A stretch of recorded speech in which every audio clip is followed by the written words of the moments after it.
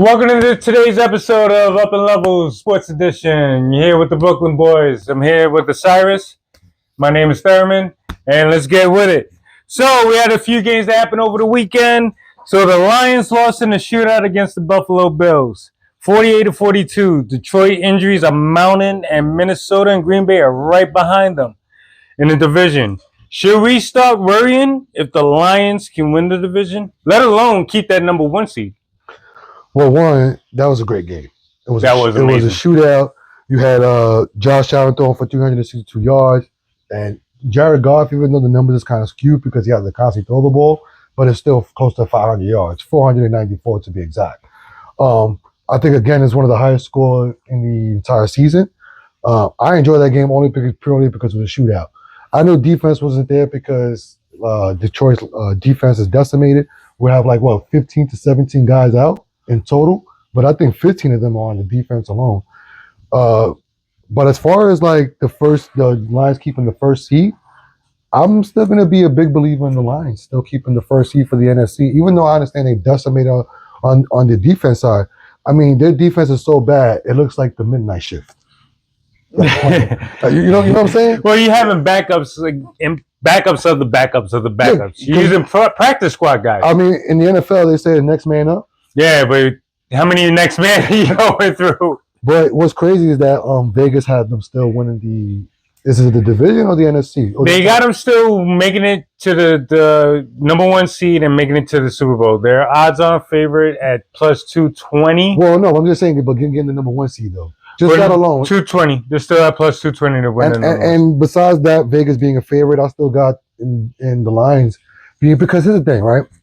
Last night's game, even though the Lions lost, I still don't look at it as a loss for the Lions because them putting up 42 points against not only any NFL team, but against Josh Allen's Buffalo Bills. If you could put up 42 points against the Bills, why should I be worried about you putting points against any team? I just think that the only team that might give them an issue, only because of the defense, and that's the last game of the season, is the Minnesota Vikings.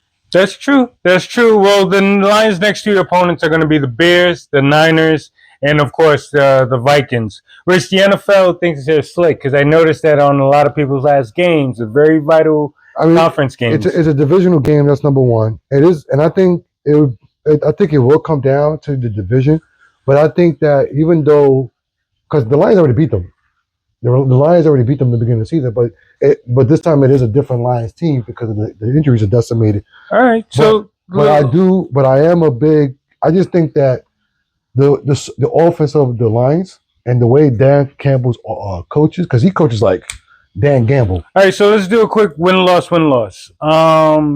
Bears, win or loss? Win. So that's one. Niners. Win. So that's 14 wins right there. Vikings. You got them win. You got them running the table. I got them running the table. You know, if you want to look at the Bears, I mean, seriously, the Bears. I mean, they're only scoring like 12 points a game. The Lions are scoring 40. Even though, again, maybe the Bears might put up some offense only because of the Lions defense, but the offense of the defense, it's superhuman. These guys score whenever they feel like it. Then when you want to look at the next game is the Niners. Yep. They're decimated by injuries. The Niners are not that team that you'd be like, that's the Niners that you've been seeing for the last 5 years. I don't feel like, that's that team to be scared of. And two, again, they're not to beat the Lions. You got to outscore them. And the way the San Francisco is playing right now, I think they won like 12-9, 12-6. I mean, what is that? That's baseball scores if you think about it. And then when they play the Vikings. Now, I know me saying that a W there is like a stretch because of the defense of the Vikings. But again, I just think that the offense of the Lions is going to offset the defense for the Vikings. I think it's still going to be a high scoring game. I think it's going to be hovering around 40-35 Lions. Okay.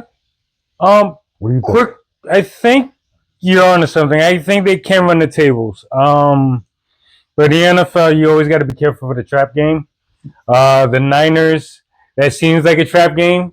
Yeah, I'm just saying. It just seems like a trap game that you overlook because you're gearing up for the Vikings.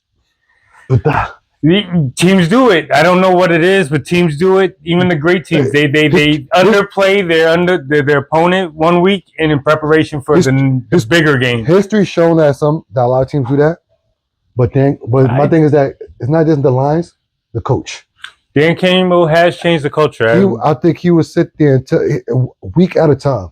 He would tell them that no matter who they put in front of him, that we're better than them. And every week, with that offense that they be scoring, they do have the mentality. So that's what I lean on. I lean on the culture. I lean on that coach of saying, you know what, we understand we're decimated with injuries, but we're marching on. Like that's who we are. So I just think that when they play the Vikings, they'll bring their A game, win or loss. Yeah, we'll see. Let us know in the comments what you guys think. Like, subscribe, and don't forget, comment. Thurman, but real quick out of that game, do you think Josh Allen locked up the MVP? I think it helped him tremendously. Saquon, what really helped him was Saquon only rushing 65 yards against the Steelers.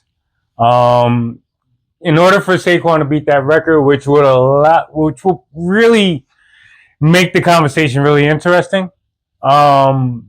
is that he had to beat that all-time rushing record for a single season, which honestly, he had it to average 120 yards per game. And that 65-yard game really, really hurts. Now, you said last week that Allen, if he does something like that again, and it's a win, yeah, just put the lock on. Just Saquon, good job, excellent season. Thurman, you took the words out of my mouth. And look what happened. Engrave Josh Allen's name on the trophy and put the trophy away. That trophy's his. Because I said it, the last 2 games, if he balls out the way he did, I just think that no matter what Saquon Barkley was going to do, and mind you, I want Saquon Barkley to win. Again, I'm a big fan of his. But I knew that the way Josh Allen was playing, especially after last night, lock it up. It's over. He's the MVP of this season. I told you. But like I said, we'll see what happens because one thing about the NFL is that injuries do mount up. And anything can happen. But the way, if Josh Allen continues playing the way he does, it's Josh Allen. Here's where your argument, where Saquon can make some ground up. Next 3 opponents for the Eagles are the Commanders, the Cowboys, the Giants. Those are all bye weeks. Oh, you know what I'm saying? So Commanders, as great as they have in a season this year, they're going to probably give them the toughest competition because they're aiming for that playoff spot. They're trying to secure that last playoff spot in the NFC. The Cowboys has been playing physical lately, but I don't think that they will be able to stop Saquon. Giants, you know how bad you are for Vegas to give you 16.5 underdog at home. I get it, it's against Baltimore, but there's nothing in Giant Stadium. I hate to tell you folks, there's nothing happening there. Giants is not really. It's like a nightmare. The thing about Saquon has to ball out, and even if he does ball out, I think Josh Allen balled out so hard that I don't think that no matter what Saquon Barkley could do now moving forward, is going to win the MVP. And then as far as the production, how you say 65 yards, I don't blame him for picking him for 65 yards because, which I think what we will talk about is the Eagles had to prove a point, and which was what? The passing game.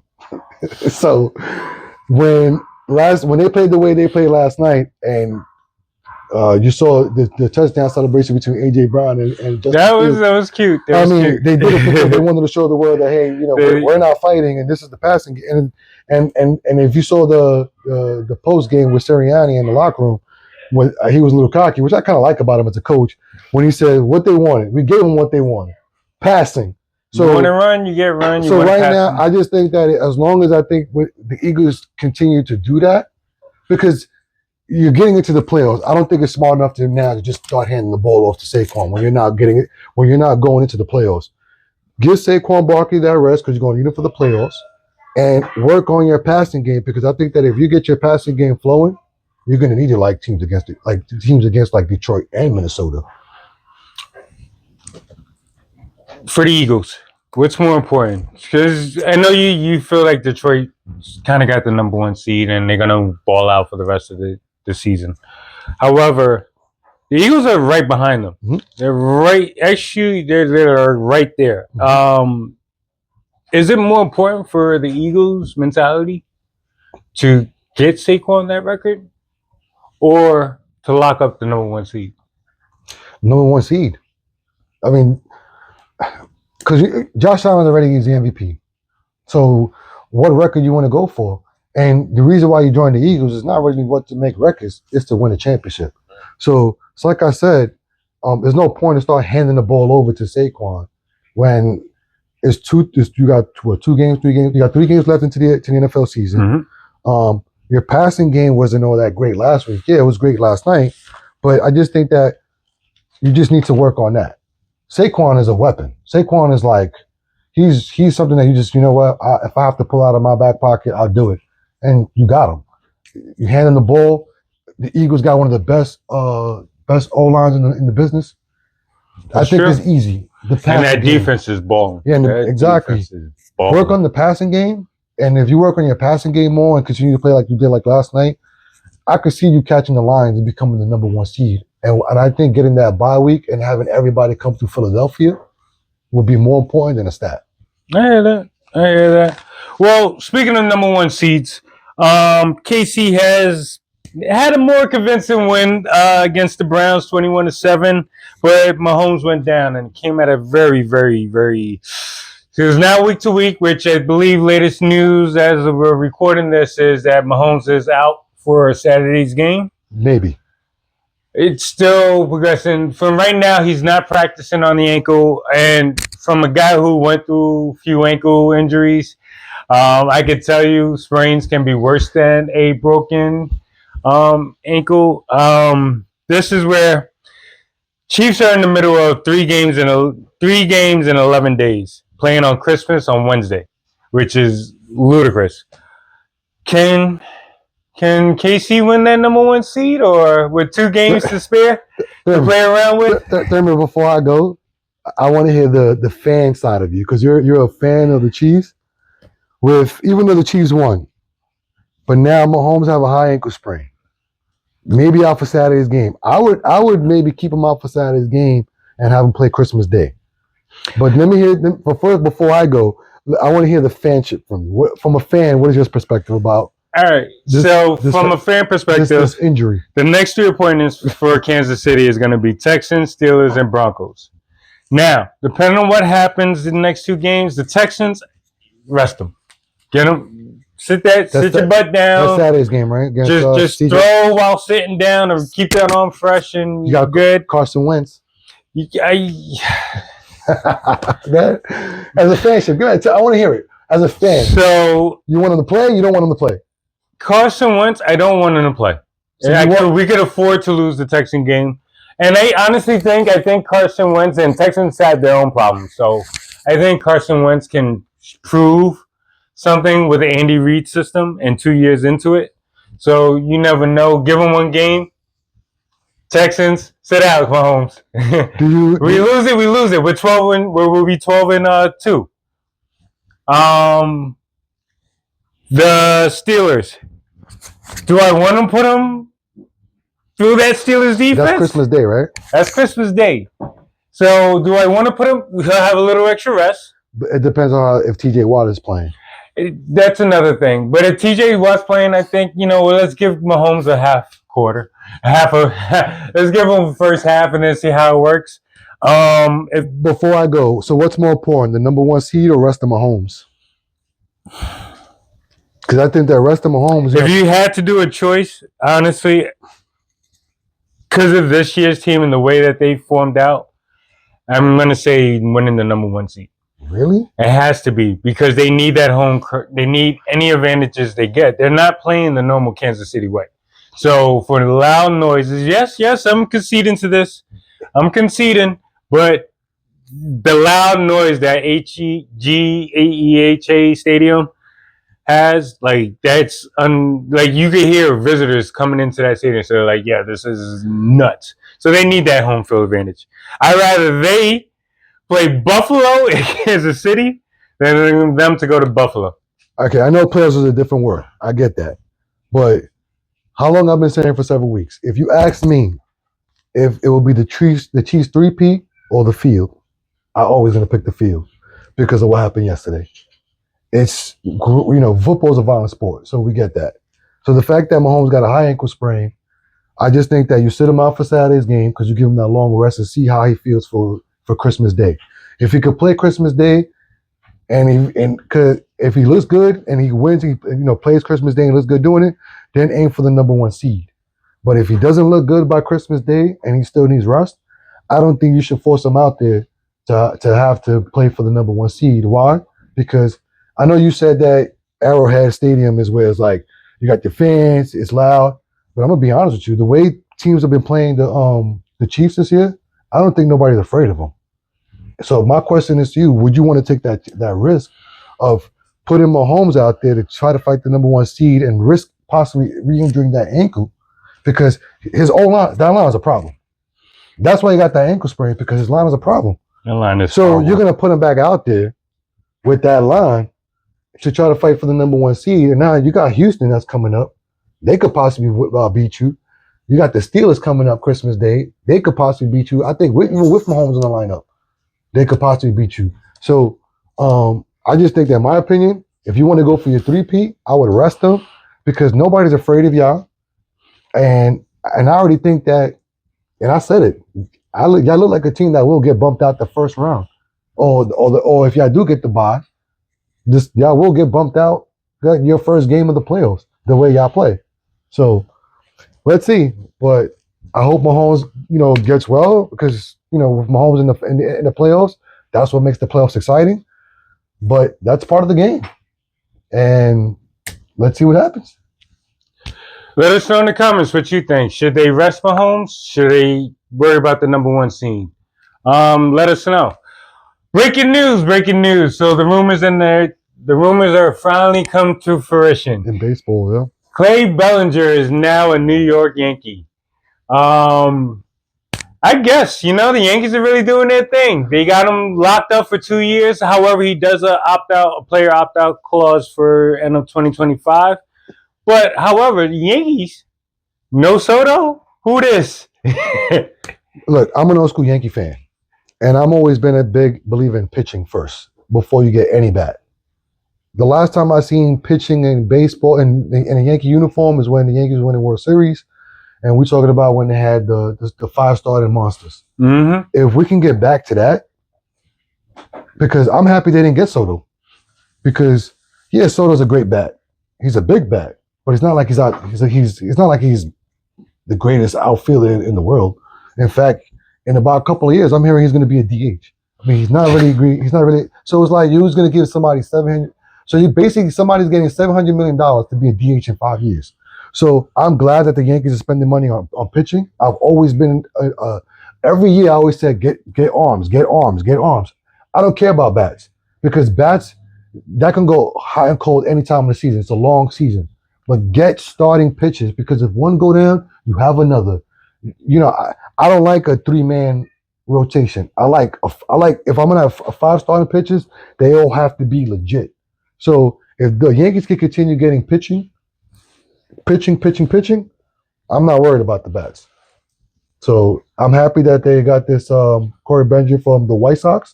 I believe the Cubs. The Cubs, and I just hope they continue to get more to improve because if they can improve the arms, then I feel like I feel confident more about the Yankees. Hitting wise it's never been an issue with me. Well, I'm happy for this move because it gets him better in the outfit. Gives him a little bit more length, even though he can play shortstop. So Clay's, I like the fact that there was a contingency plan. I am sad. You got to move forward. I am sad that Nestor Cortez was part of the deal, but again, like if it improves the team, sometimes I'm not a fan. When it comes to baseball, I'm not a fan of the player. I'm a fan of the uniform, the laundry. So if it improves the Yankees' chances, then let's go for it. Now, they got better in the bullpen. They had bullpens. They did it. I forgot they did somebody. They signed somebody last week from Atlanta. They got Max Fryer from Atlanta. They signed him to a 5-year deal. So you pretty much got Cole, Fryer, Luis Gill, Clark Schmidt, and then I think they're still working on that fifth starter. Stroman. See, and then you have Stroman as well. If it was me, I'd rather pay. Sorry, Stroman. I'd rather pay $700 million in 10 guys than pay $700 million in one. I mean, there was a lot of beneficials to this. I'm just happy that the Yankees are able to move on. But it was the Michael Jordan, I have to admit. And look, if you just needed that one bat, then yeah, get Juan Soto. But I'm not gonna lie. Like, let me stop bullshit. Get Juan. If you just needed that one bat, get Juan Soto. But same time, it's like we got Aaron Judge, we got Carlos Stan, now we got Corb. I just are improving the pitching. And I just think that we'll be back in the World Series sooner than what people think. You know what? I'm staying in denial. Screw that. Let us know in the comments what you think about this power move that the Yankees made. And then what you think about the MLB hot stove. Should we talk more about it? Let us know in the comments. Oh, we will. April's around the corner. It's a tease. God damn it, it's a tease. April's around the corner. But guess what's going on tonight? So tonight, as we're filming this podcast and airing it tomorrow, we'll probably let you guys know in the comments and the live chat how the results and ongoing talking. But we have the NBA Cup finale today. It's the finals. The finale. So we got OKC versus the Milwaukee Bucks. Who do you got? Well, for starters, our teams that we selected from the beginning never made it. Well, at least your team came closer. My team got one. Yeah, but yours was Denver. I was way out, man. Yeah, and then as for the East, you picked the Cavs. They're already out. Yeah, I was out. I picked Boston, and the West, I picked the Warriors, right? Yeah, the Warriors. I'm a better handicapper, folks. Yeah, the Warriors was one of the teams that came the closest. But tonight is going to be the Bucks and OKC. I'm going to be honest with you. I think I'm going to be leaning towards the Bucks. I think on our off screen we talked about a little bit, and you did say that you wasn't too much keen of the Bucks because of Doc Rivers, but then I kept trying to convince you and say, hey, but don't look at Doc Rivers. Look at what the team has been doing the last 10 games. They're on a 9-game winning streak. The combination of Dame and Giannis, the points to see the me and you play basketball back in the days. So let me see. You can understand what I'm getting when I say this. These two needed to become a force. And I think that it's coming into fruition after the trade. Yeah, they traded last year. But I think now they see that, hey, we need to be a force together. If we can impose our will, instead of just being like one night, just you, just one like me. No, if me and you, we're two great basketball players. If me and you can impose a will on a team, we could beat any team. And I think that they're on that groove. And I think that tonight, even though OKC is a hell of a great team, a young team, they're the number one West Coast team. They're number one in the West for a reason. But I just think that when I look at basketball, I look at that momentum. And I think that momentum of Dame and Giannis playing, the way they're playing together, I think they're going to impose their will on OKC tonight and win the NBA Cup. So here's the thing. Yes, you addressed it. The Doc Rivers thing scares the crap out of me. I believe in momentum just as you. But Doc Rivers, when it comes to the bigger the game gets, momentum's momentum. It's the Doc Rivers effect. But he's not down on 3. Look, Milwaukee has made a lot of strides, and it's partially because Giannis is kind of willing it to it. And Dame is doing his thing as of late. Remember at the beginning of the season, and that was partially where their troubles was really coming from. They were going back because Dame was not really being consistent. Now he found the stroke. It looks like he's gaining consistency. The defense is it's gotten better. It's improving, but it's not at that level, that stage yet. OKC now. This is a team that's gelling. This is a team that's young. I think they're quick. I think they're one of the fastest team in the league. Quick. They run up they're up and down that court like there's no tomorrow. And again, we cannot underestimate this term, hungry. hungry. They are hungry. Last playoff really put a bitter taste in their mouth, and I didn't realize it. I kind of OKC was one of those teams that I kind of took like, oh, it's one of those. If it happened, No, OKC has they, been you know, OKC's been one of those teams for the last 2-3 years. They have one of the best general managers in the business. Um, they have one of the best training facilities in the NBA, from what a lot of players say. And look, as you can see, look at the talent they have. Again, I mean, this is a team that used to have Kevin Durant and then Westbrook. Look at them now again. I mean, it just goes to show that their farm system works. They have the best farm system in the league. So, I could see OKC win tonight. I mean, it wouldn't surprise me if they win tonight because, again, like you said, they're a young team. They're a team that is they play as a team. There is not that one star. Yeah, Shea Alexander's that star, but the way they play, all of them are stars. So, will OKC win tonight? No surprise, but I'm still gonna pick the Milwaukee Bucks. all right. So we're 2 years into the NBA Cup. Success or failure? Yeah, I know. I just dropped it on you. We didn't pre-talk about this, folks. It's just now as we're talking about it, it's got us talking about basketball, and when ratings are down. Okay, it does get to a wider conversation because the cup is only 2 years in, but then it's in an era where the ratings are down, and that's something that I don't. Yeah, the cup was supposed to bring it up, but the problem is that they're shooting threes in the cup as well in these cup tournaments. So shooting threes is the problem. I don't know, real quick, if you want to talk about it, but my suggestion of maybe fixing or balancing out the 3-point was, which we don't see no more, is dunking. Make dunking 3 points. Oh, that's not a bad idea. You heard it first here, UpnLevel. That's a great suggestion. We could talk about that another time. I mean, but that I just we could bring suggestions, but the only thing I could come up to my head is I don't see dunks. So then why don't we incentivize dunks by dunking by 3? I'm not saying the under the rim dunk, but I'm saying that if you have like a lane or something where it's like if you take off from here and dunk, that's 3 points. Because I want to see Zion dunking, I want to see John Morant dunking, I want to see Tatum should be dunking, but in back he's in the corner shooting 3. I think you should eliminate the 3-point lines and the 3-point line in the corner. So have the arc eliminate towards the bench, and you can only shoot threes in the key on the top of the arc. Yes, got you. That's not bad. So yeah, you're a shooter, but then you could try to limit the threes. That's not a bad suggestion because it's too much. It's the threes is just it's like if you're the Warriors shooting threes, I get it. But when you're the Chicago Bulls shooting threes, come on, you guys they're building mansions.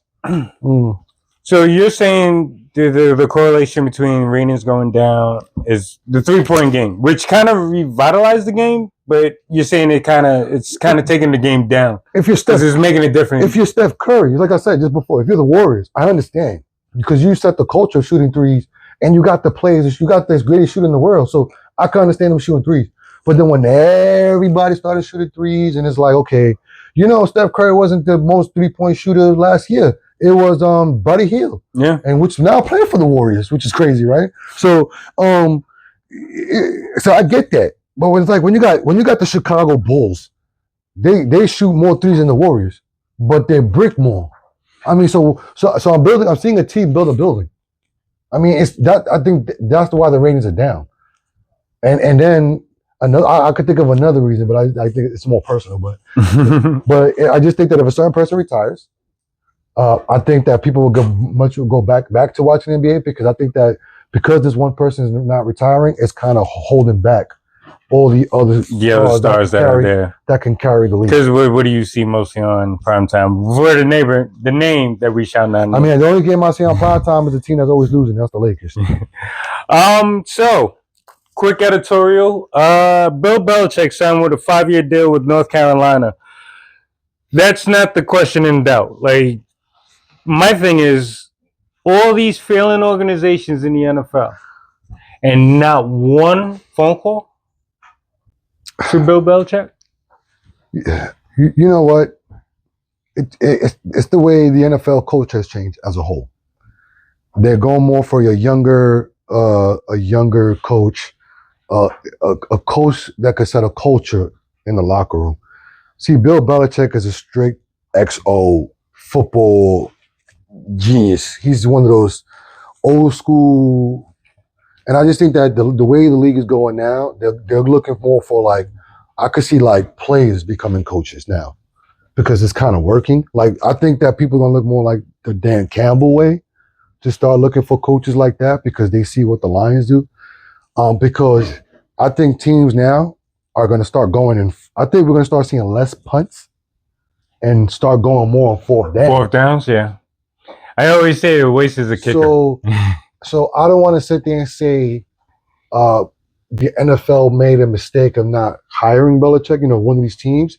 I just think that the cultures change. You know what I'm saying? So it's like, I understand Belichick is a 6-time champion, but it's like the old saying, in with the new, out with the old, in with the new. And the way the NFL is being played these days, you need a younger guy. I hear that. But great for college football. Oh, college football is just gonna. One thing, let me think real quick about college football. Real quick, college football is now almost becoming their training facility and the way and the NIL program and everything. It's moving towards looking like the NFL, the way they run their business. So Belichick going to college, I think that he went there is because it's almost becoming no different. So I don't want, when you say, how NFL kind of look kind of like, I don't think as far as a gap like you think it is, because now college football now with like Ohio State roster is 20 million. I didn't know if you knew that, right? And when I heard that, I was like, that sounds like an NFL team, just a cheap one. But my thing is like, but if they're doing that, it sounds like it's becoming more of an NFL-ish. So Belichick going to college football is like Stephen A. Smith said, oh, it's beneath him. If it was 10 years ago, I could see that. But the way college football is going now, there's looking more now of that business side, the way they run, looking like the NFL. Yeah. So I just found it funny because like Saban, he left. He just couldn't take the NIL. He couldn't do it. So a lot of the old school coaches. So I get where you're coming from, like that new NFL style. At least because he brought in his own OGM, Michael Lombardi, in with him. So it's like you need that business acumen to run a college programming now. Real quick, and Belichick chose North Carolina because I don't know if you knew, but his dad coached there, and there's a picture of Belichick when he was like a kid, in the stand. So it's some nostalgia there as well. So let's be 100% honest. It's a job it's probably a legacy job that he probably ended up getting. But it's also a legacy job for his son. To become the coach. Become the heir apparent. That's what I said. So it was more of a setup for anything. It could be that as well. I'm that was reported. So that, again, I mean, but it's Belichick. It is. I mean, at the end of the day, I mean, I'm not knocking it, but I did find out what was the buyout if anybody came out and Belichick left there. $10 million, which is like chump change to these NFL But he teams. said that he's not. A reporter asked him because he didn't come here to leave. Right? I get it. I get it. And the way he is, he'll be there for the full 5 years. You think? Yeah. He's dedicated like that. He's a coach. He wants to coach, and he may not be that one guy that's going to come into your living room to talk to your mom and dad. I think he's going to have his people. No, he's going to have his people do that. But still, if that person come to me and go, hey. Oh, by the way, Bill Belichick is going to be the head coach. Imagine somebody getting you open the door as Bill Belichick. I'm ready to talk to your kid. Yeah. No, that's a funny thing. He's going to be good. Just the funny thing is that kid. I have a lot of talent for him. But the media side of him is different. So when people say the media side is different. People say behind the scenes, not really like that. That he's really like he's very sociable. Like I seen him at the Halloween party dressed up. I mean, he looks fun. So, but. I know it was an act with the Patriots. Yeah. I get it. But you know what also is an act coming up? So it was announced today, Logan Paul and Conor McGregor have announced to agree to fight in India. It's an exhibition boxing match. Exhibition. So we don't want to sit there and make it like it's a big professional thing. It's another Paul fighting what you want to call Tyson. It's entertainment. Not the same clout. I'm going to watch it because it's entertainment. It's becoming like WWE, which is I'm getting a little bit upset about with boxing because I don't understand how any of these legit boxers don't come out and say something about it. Like, you're making something that we work our asses off, and you're making a mockery out of it. Now you're taking somebody who's not a boxer, he's a striker, and then you're gonna put him. Well, like we seen him fight Mayweather, it was a joke. You know what I'm saying? So now what's gonna be the difference between him and Logan Paul? So I'm gonna watch it because it's entertainment, because then it gives us something to talk about. Clickbaits on top of that, but at the same time, you gotta look at it like, come on, man, you guys are just slapping boxing in the face. What do you think of it? Same thing? I mean, honestly, I was already disgusted with the whole Jake Paul after prior to Tyson, but then with the Tyson, it just like solidified it, because I thought at least there was a glimmer of hope that Tyson would come in there. It brought eyeballs, but now it's like, okay, but then you're gonna continue. But then so this is, like you said, it's becoming an entertainment avenue or entertainment circus, and I'm not the biggest fan of it. We grew up on old fashioned steal your cable box boxing. Yeah, I mean we were so dedicated. Sugar Ray Leonard. We had the legal cable, and we had to every once in a while it got fuzzy, and we're watching. And we're like, yo, wait, no, what happened? I missed that. No, and we're watching with our dads and all that, watching like real boxing. Mike Tyson, the Mike Tyson fights where it was like 20 of us in the living room getting ready to watch Tyson. No matter what age you was. That's how we watch boxing. Was in there. Now that era's over. That because boxing now is becoming this. So, and it's sad. But let us know what you think. Is boxing and this exhibition, we're not even going to call this boxing, is it beneficial to either sport, or is it just like another popcorn filler? Let us know in the comments. Like and subscribe. Now, a very special announcement. You're probably wondering why we have a different background for this show. Well, right after we're done recording this, we're going to jump right in and work on our new wrestling format talk show, which is called Turnbuckle Convos, No Refs. That's what's up. It's gonna be. I don't even know the name. That's what's up. That's what's up. Yeah, we left you out of that. That's cool. I'm like this. That's a cool name. So it's gonna be with your boy Halo, your man Osiris, and every week in occasional appearances, Jackpot P. So I'm really excited for it. I can't wait for it. But again, we're gonna film this. You excited for it? I'm excited. I can't wait. I love wrestling. Give us a little preview about what we're gonna wrestling. Well, it's gonna be a pilot. It's gonna be our first shoot. So we're just gonna talk about our history about wrestling. What we like, what we disliked about it. Who was our favorite wrestler back in the days? What got us into watching wrestling? We're just gonna talk about us real quick. Or not real quick, but our first show before we start diving into what's going on a weekly basis on wrestling. So our first show is just gonna be about what we liked and what we didn't love about wrestling, and then chop it up a bit. So stay tuned. It's coming right to you. So again, like, comment, and subscribe. This is UpnLevel Sports Edition. It's your boy Osiris. I'm Thurman. Thank you for tuning. Peace. Stay.